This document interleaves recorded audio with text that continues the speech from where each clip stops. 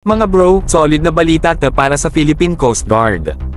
4 na high-speed response boats ang na-turnover sa kanila, at alam nyo na, ready na sila para sa anumang emergency at rescue operation sa karagatan. Itong mga bangkang mga bro, hindi basta-basta.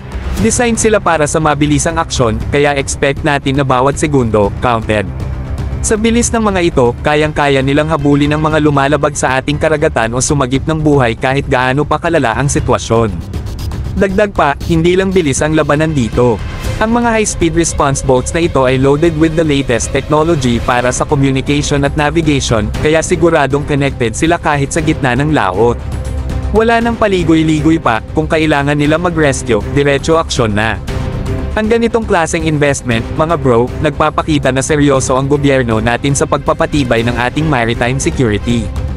Hindi lang sa pagbabantay sa karagatan, kundi pati na rin sa pagbibigay ng mabilis at epektibong tugon sa anumang kalamidad. Excited na tayo makita kung paano gagamitin ng Philippine Coast Guard ang mga bagong high-speed response boats na ito. Siguradong mapapadali ang trabaho nila, at mas maraming buhay ang masasalba. Sana all, mga bro. Patuloy na pagbutihin ng ating mga Coast Guard ang kanilang serbisyo.